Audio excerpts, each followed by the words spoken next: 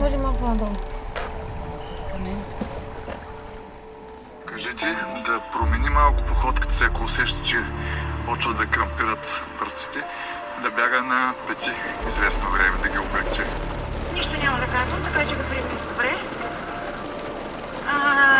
Да отпускам краката, променям я.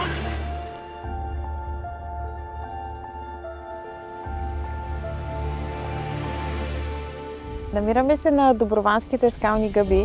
Тук за първи път дойдох на предпоследния ден от моя туристически поход на Коме Минек. Тук ми беше много силно чувство, ти кажа, айде вече съм си вкъщи и най-вече защо хората ходят по планината толкова усърдно, а не правят това нещо по морето.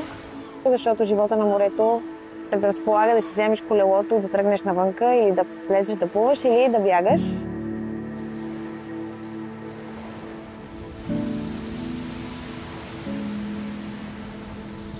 Ще се опитаме заедно с Силвия Кьосева да преминем от най-северната точка до Ранкулак до най-южната Резово в рамките на 6 дни и всъщност да покажем цялата красота на българското Черноморие, каквато е в естествен вид и да покажем на света колко много възможности крие нашето българско Черноморие.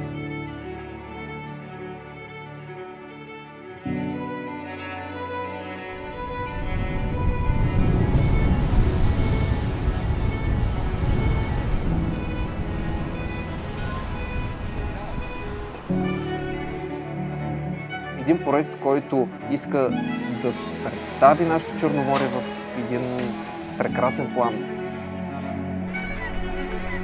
Наистина, както казва Сиса, няма север, няма юг.